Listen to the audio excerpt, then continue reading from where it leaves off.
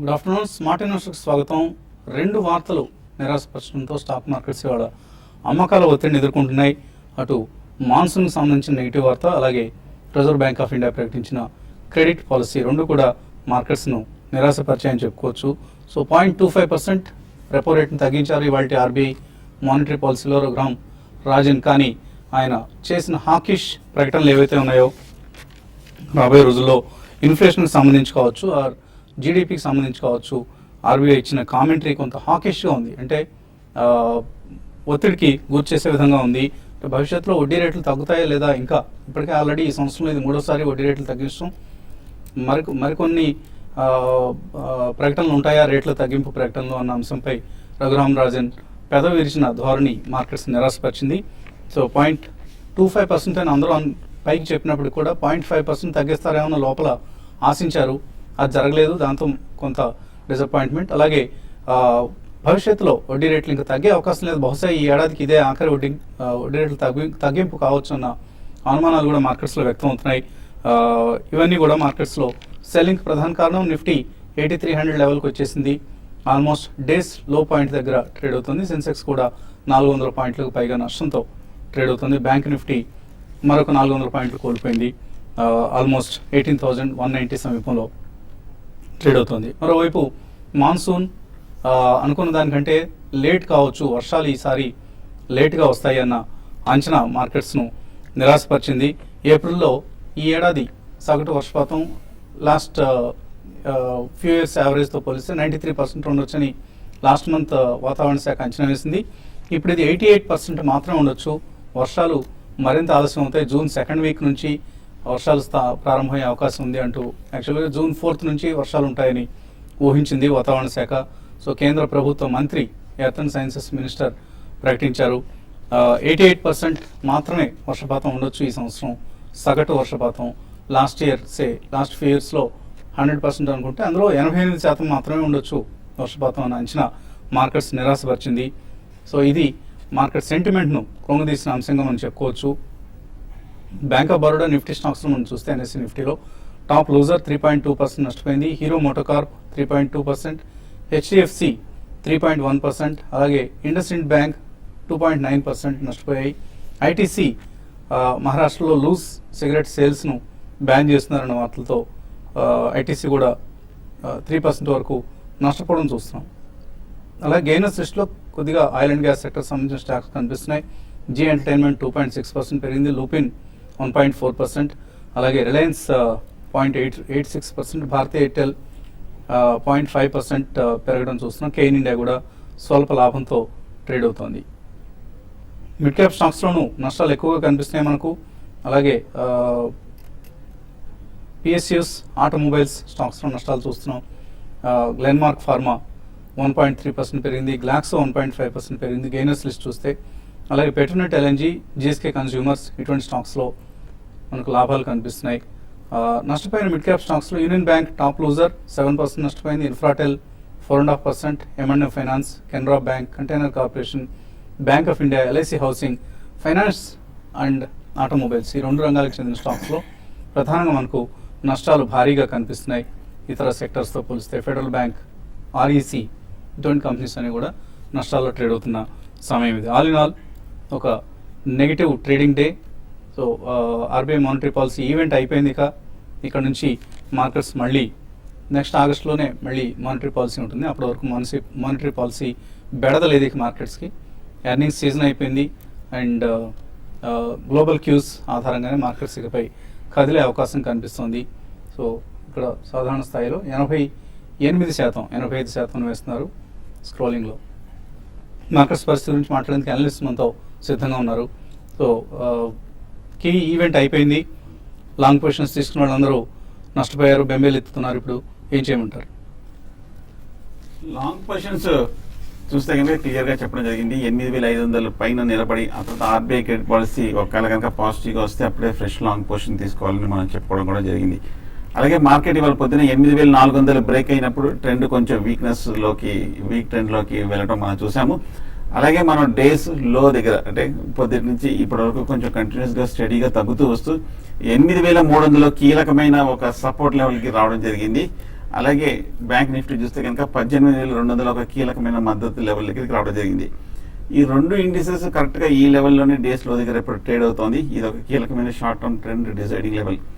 Market 80% కాసేపట్లో ఒక 3 o'clock అయినా ఏమాత్రం కనుక 8,300 పైన కనుక కొంచెం స్థిరంగా నిలబడి కొంచెం రికవరీ వచ్చిందంటే కనుక మార్కెట్ ఒక మళ్ళీ కన్సాలిడేషన్ ఒక పాజిటివ్ ధోరణిలోకి వెళ్ళే అవకాశం ఉంది.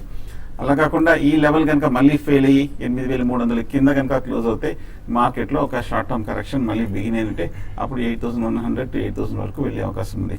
అలాగే బ్యాంక్ నిఫ్టీ కూడా 18,200 దగ్గర కొంచెం స్ట్రాంగ్ సపోర్ట్ ఉంది. ఈ లెవెల్లోనే ఇప్పుడు ప్రస్తుతం ట్రేడ్ అవుతుంది. ఆ లెవెల్ కింద కనుక క్లోజ్ అయితే మటుకు మార్కెట్లో షార్ట్ టర్మ్ కరెక్షన్ వచ్చే అవకాశం ఉంది.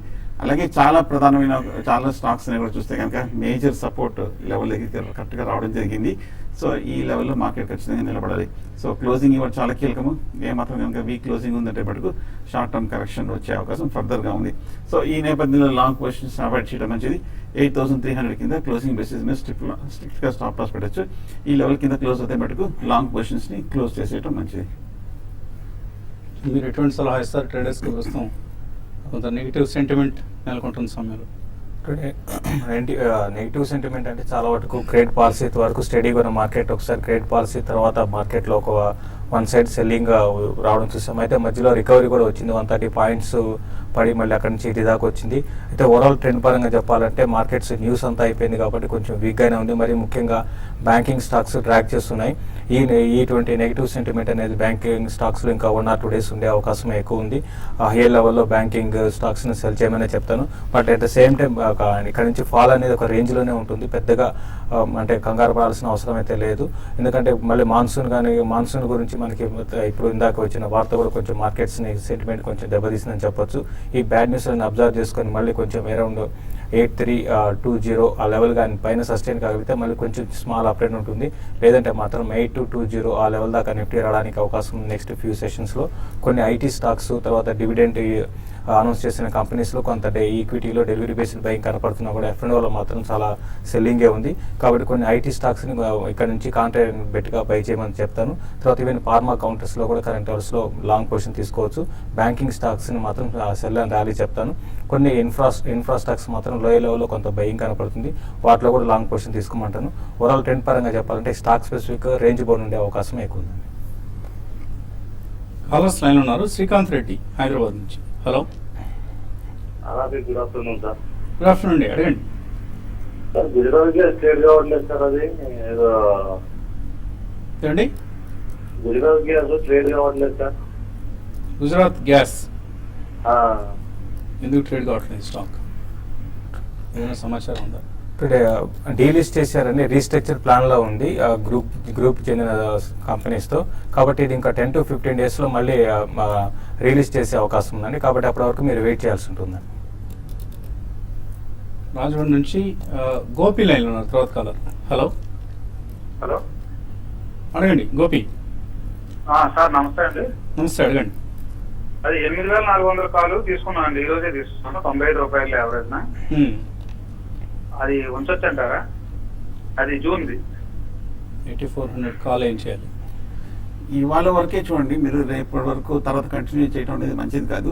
ఇవాళ కొంచెం లాస్ట్ 15 minutesగా మార్కెట్ స్వల్ప రికవరీ వస్తుంది. అలాగే కనుక ఈ రికవరీ కంటిన్యూ ఈ క్లోజింగ్ సమయానికి బాగా కొంచెం నష్టాలు పూర్తి చేసుకుని అట్లీస్ట్ సగం పైన రికవర్ అయిందంటే మటుకు కొంచెం హోల్డ్ చేయండి. అలా కాకుండా కొంచెం డేస్లో దగ్గర ఇదే లెవెల్ 100 points మైనస్లో ఉందంటే కనుక ఇవాళ క్లోజింగ్ సమయానికి కాల్ ఆప్షన్ కట్ చేయండి. ఎందుకంటే కొంచెం స్వల్ప రికవరీ వచ్చి సైడ్ వేస్ ట్రెండ్లో ఉన్నా కూడా మీకు మంత్ కాల్ ఆప్షన్ కాబట్టి ప్రీమియం ఎక్కువ ఉంటుంది. ప్రీమియం ఎక్కువ ఉన్నప్పుడు కన్సాలిడేషన్ ప్రీమియమ్స్ కూడా బాగా పడిపోయే అవకాశం ఉంది. సో కొంచెం ఎక్కువ రోజులు ఉండడం మంచిది కాదు. ఇవాళ క్లోజ్ చేయడం మంచిది. దిల్సుఖ్ నగర్ నుంచి ముకుందరావు లైన్ ఉన్నారు. Hello, hello, hello. అడగండి. మా దగ్గర హలో మా దగ్గర వికాస్ డబ్ల్యూఎస్పీ ఉన్నాయండి. ఓకే, వికాస్ డబ్ల్యూఎస్పీ గురించి ఎటువంటి సలహా ఇస్తారు? వికాస్ డబ్ల్యూఎస్పీ చూస్తే కనుక ప్రస్తుతానికి మీరు హోల్డ్ చేయండి. టెక్నికల్గా మటుకు బాగా వీక్గానే ఉంది. మేజర్ లో దగ్గర ఉంది. 10-12 రూపాయల దగ్గర లాస్ట్ 2-3 monthsగా ట్రేడ్ అవుతుంది. అండర్లైనింగ్ ట్రెండ్ మటుకు టెక్నికల్గా పెర్ఫార్మెన్స్ వీక్గానే కనిపిస్తుంది. ఏ రేట్లో తెలియదు, బట్ ఏదైనా బౌన్స్ బ్యాక్ వస్తే ఎగ్జిట్ అయిపోవడం మంచిది.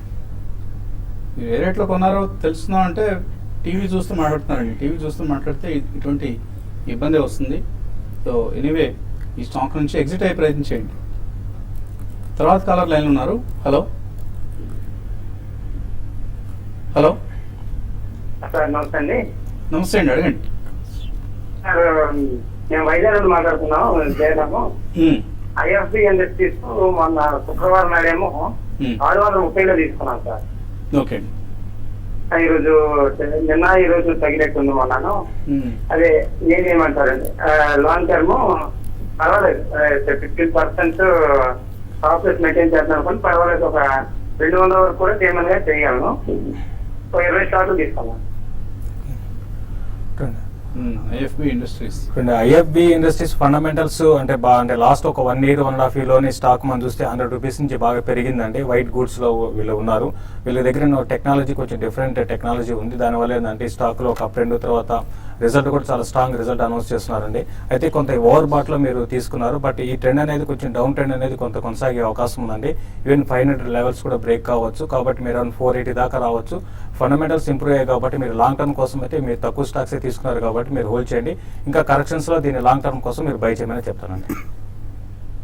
రిజల్ట్ కొంత నెగిటివ్గా కనిపిస్తుందండి AFB industries. So profit before tax 37 కోట్ల నష్టం వచ్చింది. సో అందువల్ల స్టాక్ నెగిటివ్గా రియాక్ట్ అవుతుంది. ఈ రియాక్షన్ కంప్లీట్ అయిన తర్వాత మేబీ మళ్ళీ కొద్దిగా అవుట్లుక్ పాజిటివ్గా ఉందనుకున్నప్పుడు యావరేజ్ చేయండి, అదర్వైజ్ యావరేజ్. తర్వాత కలర్ లైన్ ఉన్నారు విజయవాడ నుంచి Harisha. Hello hello, good afternoon sir. Good afternoon అండి, అడగండి. సార్ ఇది డిష్ టీవీ, కేఈసి, ఇంకొకటి గతి ప్రెసెంట్ రేట్ లో బై చేయొచ్చా? షార్ట్ టర్మ్ కోసం యూనిటెక్, ఎన్సీసీ, యూనిటెక్ హోల్డ్ చేస్తున్నాను. హోల్డ్ చేయమంటారా, ఎగ్జిట్ అవ్వమంటారా? అంటే ఇవన్నీ ఏంటి, మీరు లాంగ్ టర్మ్ కోసం ట్రేడింగ్ కోసం అడుగుతున్నారు? Long term sir, long term 1 year hold చేస్తున్నాను. మీరు హోల్డ్ చేస్తారు, తీసుకోవచ్చు ఇక్కడ.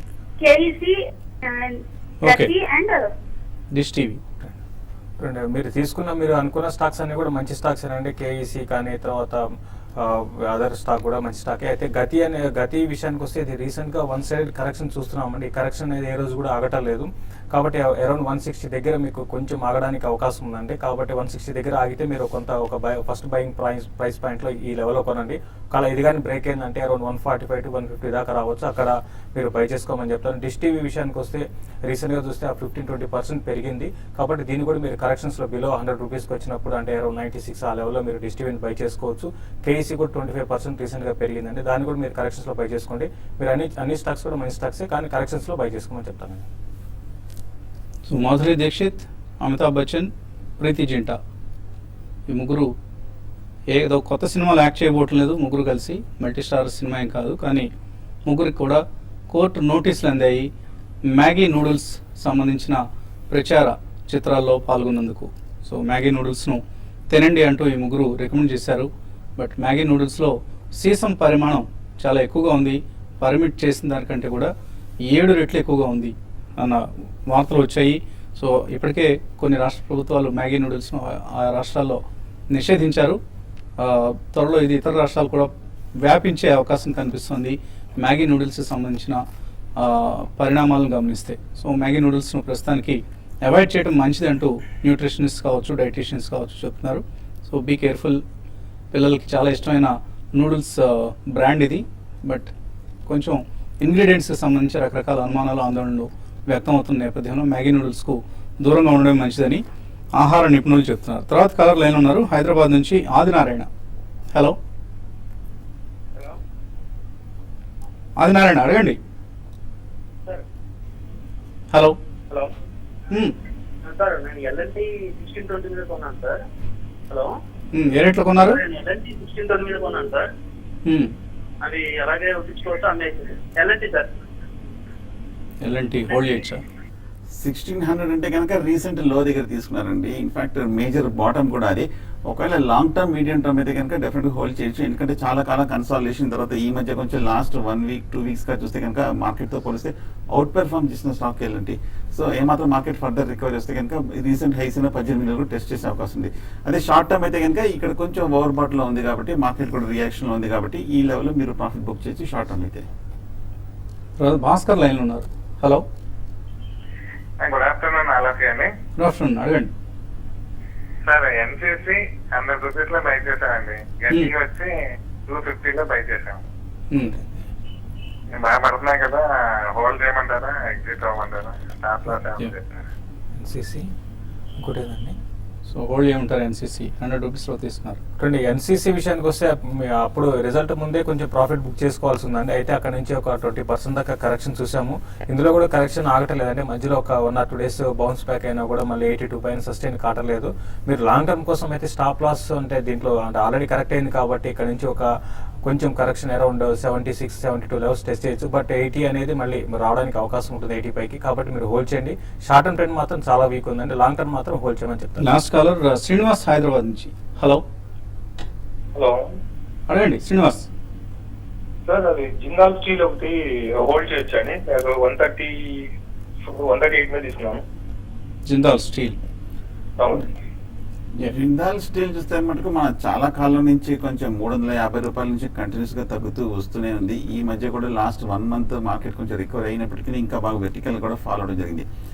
105, 110 దగ్గర కొంచెం మేజర్ లో దగ్గర ట్రేడ్ అవుతుంది. ఈ లెవెల్లో కొంచెం ఎగ్జిట్ అవడం అంత లో రేట్లో మంచిగా అనిపిస్తుంది. ప్రస్తుతం హోల్డ్ చేయండి. టెక్నికల్ గా లాంగ్ టర్మ్ ఛాన్స్ ఉంది. కొంచెం ఓవర్ సోల్డ్ పొజిషన్ ఉంది. రీబౌండ్ అయ్యే అవకాశం ఉంది. ప్రస్తుతం హోల్డ్ చేయండి. ఈమెయిల్ సందేహాలు వచ్చాయి. సన్ ఫార్మా, టాటా మోటార్స్ కొనుక్కోవచ్చా ఇక్కడ? అలాగే టెక్ మహీంద్రా లాంగ్ టర్మ్ కోసం దుర్గా అడుగుతున్నారు. మీరు చెప్పిన స్టాక్స్ అన్ని కూడా రీసెంట్ గా రిజల్ట్ బాగా రాలేదు, అన్ని కూడా బాగా కరెక్ట్ అయిన స్టాక్స్ అండి. కాబట్టి మీరు డీప్ కరెక్షన్స్ లో వీటిని లాంగ్ టర్మ్ కోసం బై చేయమని చెప్తానండి. సుబ్బారావు అడుగుతున్నారు. అరబిందో ఫార్మా జూన్ ఫ్యూచర్స్ తీస్తున్నారు 1393 హోల్డ్ చేయొచ్చా?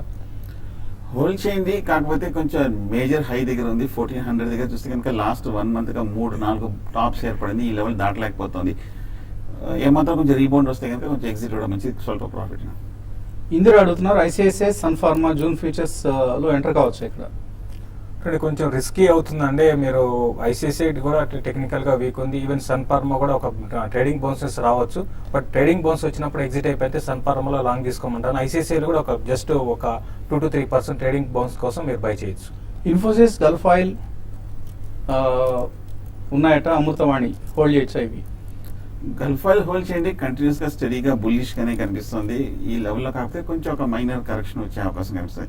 ఇన్ఫోసిస్ మనం చూసాము కొంచెం బాగా అంత క్రితం ఫాల్ తర్వాత ఈ మధ్య కొంచెం 1 week గా కొంచెం పెరగడం జరిగింది. 2100 దగ్గర రెసిస్టెన్స్ కనిపిస్తుంది. ఇది కూడా ఓవరాల్ గా కొంచెం పాజిటివ్ గా కనిపిస్తుంది. హోల్డ్ చేయండి. మధుకర్ దేశాయ్ గతి 168 లో కొన్నారు. ఇక్కడ యావరేజ్ చేసుకోవచ్చా? ఇంకా వద్దండి, ఇంకా కరెక్ట్ కావడానికి అవకాశం ఉంది. ఇంకొంచెం ఒక 10 to 15 రూపీస్ కరెక్షన్ లో మీరు యావరేజ్ చేసుకోమని చెప్తాను. వాణి అడుగుతున్నారు. బ్లిస్ జీవీఎస్ 143 మోల్టెక్ ప్యాకేజింగ్ 240 లో కొన్నారు. ఏం చేయాలి? బ్లిస్ జీబీఎస్ చూస్తే కనుక కంటిన్యూస్ గా మనం 40 రూపాయల నుంచి 140 రూపాయల వరకు పెరగడం జరిగింది. ప్రస్తుతం అయితే హోల్డ్ చేయండి. టెక్నికల్ గా మటుకు కొంచెం ఓవర్ బాట్ పొజిషన్ లో ఉంది. మోల్టెక్ ప్యాకేజింగ్ కొంచెం ఈ లాస్ట్ 1 month గా బాగా పడిన తర్వాత ఈ 2 రోజులు కొంచెం స్ట్రాంగ్ రీబౌండ్ కనిపించింది. 210, 220 దగ్గర స్ట్రాంగ్ రెసిస్టెన్స్ ఉంది. కొంచెం వీక్ గానే కనిపిస్తుంది ప్రస్తుతం. సునీల్ కుమార్, సెంచరీ టెక్స్టైల్స్, అశోక్ లేలాండ్ జూన్ ఫ్యూచర్స్ తీసుకుందాం అనుకున్నారు. తీసుకోవచ్చా? రెండు కరెక్ట్ గా అంటే మంచి సెలెక్ట్ చేసుకున్నారండి. బట్ మీరు కరెక్షన్ అనేది ఇంకా కొంత కొనసాగడానికి అవకాశం ఉంది. కొనసాగినప్పుడు ఈ స్ట్రాంగ్ ఉన్న కౌంటర్స్ కూడా వీక్ అవుతాయని మీరు వెయిట్ చేయండి. 1 or 2 days వెయిట్ చేసి నిఫ్టీ సెటిల్ అయినాక అప్పుడు బై చేయమని చెప్తానండి. శ్రీధర్ హైదరాబాద్ నుంచి ఎస్బీఐ 280లో, ఐసిఐసిఐ బ్యాంక్ 330లో కొన్నారు. ఏం చేయాలి? ఈ రెండు స్టాక్స్ ఈ షార్ట్ టర్మ్ రియాక్షన్ లో కొంచెం స్టెబిలైజ్ అయ్యే అవకాశం ఉంది. హోల్డ్ చేయండి. భార్గవ్ సిద్ధార్థ్ అడుగుతున్నారు. అశోక్ లేలాండ్ 74లో కొన్నారు. ఇంకా కొనుక్కొని యాడ్ చేసుకోవచ్చా? యాడ్ చేసుకోండి. మీరు లాంగ్ టర్మ్ ఉద్దేశం ఉంటే ఎప్పుడు కూడా కరెక్షన్స్ లో బై చేయండి. ట్రేడింగ్ అంటే మూవ్మెంట్ టైంలో చూసుకొని మీరు బై చేయమని చెప్తాను. ఇది ఈ రోజు మార్కెట్ ఎంత పని కూడా పెద్ద కరెక్షన్ రాలేదు. ఇందులో మీరు అరౌండ్ 68, 50 ఆ లెవెల్కి వచ్చినప్పుడు ఇంకో కొంత యాడ్ చేసుకోమని చెప్తాను. Amruthaluru Srinivas, Andhra petro, Punj Lloyd, Cain India ఈ మూడిట్లో ఇన్వెస్ట్ చేయొచ్చా? ఆంధ్ర పెట్రో పూర్తిగా అవాయిడ్ చేయండి. పుంజ్ లాయిడ్, కెయిన్ ఇండియా ఎలా ఉన్నాయి? 3 స్టాక్స్ వీక్ గానే ఉన్నాయండి. ప్రస్తుతం కొంచెం వెయిట్ చేయడం మంచిది. లక్ష్మి అడుగుతున్నారు. లుపిన్ 1793లో కొన్నారు. Holder exit? హోల్డ్ చేయండి. ఇవాళ కూడా బాగా పెరిగింది. కాకపోతే 1840, 1830లో స్ట్రాంగ్ రెసిస్టెన్స్ ఉంది. షార్ట్ టర్మ్ అయితే కానీ ప్రాఫిట్ బుక్ చేయొచ్చు. లాంగ్ టర్మ్ అయితే హోల్డ్ చేయండి. రతన్ సింగ్ అడుగుతున్నారు. టీవీఎస్ మోటార్స్, గతి, ఎస్బీఐ ఈ 3 months కోసం కొనుక్కోవచ్చా? టీవీఎస్ మోటార్స్ అయితే మీరు ఆల్రెడీ కరెక్షన్ అయిపోయి మళ్ళీ ఒక చిన్న స్మాల్ అప్డేట్ ఉంది. మీరు టీవీఎస్ మోటార్స్ కొనుక్కోవచ్చు. వీళ్ళు ఎస్బీఐని కూడా 3 నెలలు అంటున్నారు కాబట్టి మూమెంటంలో ఇక్కడ నుంచి ఒక 10% దాకా పెరగచ్చు. బై చేసుకోవచ్చు. డైమండ్ అడుగుతున్నారు. బ్యాంక్ ఆఫ్ బరోడా 161లో ఉన్నాయి. బీటీఎస్టీ పద్ధతిలో కొన్నారట, ఇవాళ కొన్నారు, రేపు అమ్ముకోవచ్చా? వీక్గా ఉందండి, చాలా వీక్గా ఉంది. BTST హైలీ స్పెక్యులేటివ్, అది మనం కరెక్ట్గా చెప్పలేము. బట్ షార్ట్ టర్మ్ అయితే కొంచెం వీక్గా ఉంటుంది. ఉమా బాబు అడుగుతున్నారు, యాక్సిస్ బ్యాంక్, ఎస్ బ్యాంక్, SBI ఇవన్నీ కరెంట్ మార్కెట్ ప్రైస్ తీసుకోవచ్చా? ఇంకా ఇంత కరెక్షన్ వచ్చినాక మళ్ళీ పక్క రోజు కూడా ఒక గ్యాప్ డౌన్ వీక్నెస్ అనేది ఉంటుందండి. కాబట్టి వెయిట్ చేయండి, రేపు ఎల్లుండిలో మీరు వీటిని కరెక్షన్స్లో బై చేసుకోవచ్చు.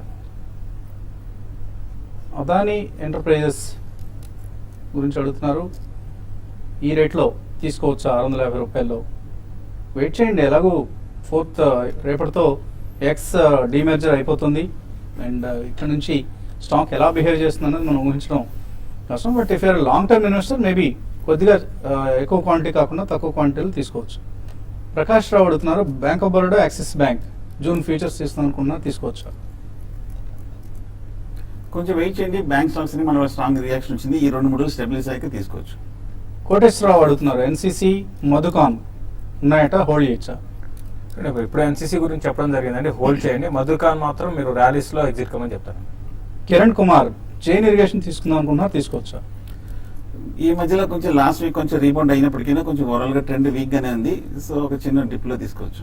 రాజేంద్రన్ అడుగుతున్నారు, ACC తీసుకోవచ్చా ఈ రేట్లో లాంగ్ టర్మ్ కోసం? సిమెంట్ వాటిలో బాగా కొంచెం పెరగదంటే ఇదే స్టాక్ అండి. కాబట్టి మీరు కరెక్షన్స్లో మీరు డెఫినెట్గా లాంగ్ టర్మ్ కోసం బై చేయొచ్చండి. ఉమా మహేష్, డాక్టర్ డాట్సన్స్ కొన్నారట 15 రూపాయల్లో, ఏం చేయాలి?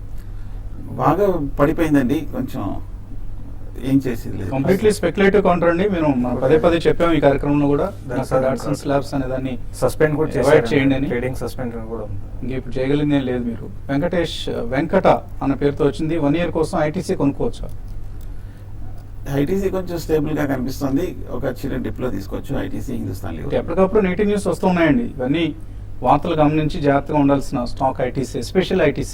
మిగతా FMCG ప్యాక్ అంతా ఒక ఎత్తు అయితే ITC ఒకటే మరొక ఎత్తు. అండ్ ఇంకా మిగిలిపోయి సమయం కూడా మించిపోయింది.